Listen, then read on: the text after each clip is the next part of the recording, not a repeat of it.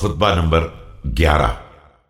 اپنے فرزند محمد حنفیہ رضی اللہ تعالی عنہ سے میدان جمل میں علم لشکر دیتے ہوئے فرمایا، بسم اللہ الرحمن الرحیم۔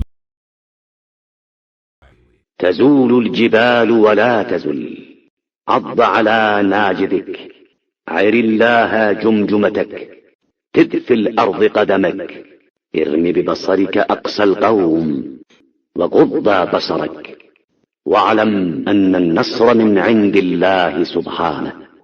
خبردار، پہاڑ اپنی جگہ سے ہٹ جائے، تم نہ ہٹنا، اپنے دانتوں کو بھینچ لینا، اپنا کاسہ سر اللہ کے حوالے کر دینا، زمین میں قدم گاڑ دینا، نگاہ آخر قوم پر رکھنا، آنکھوں کو بند رکھنا، اور یہ یاد رکھنا کہ مدد اللہ ہی کی طرف سے آنے والی ہے۔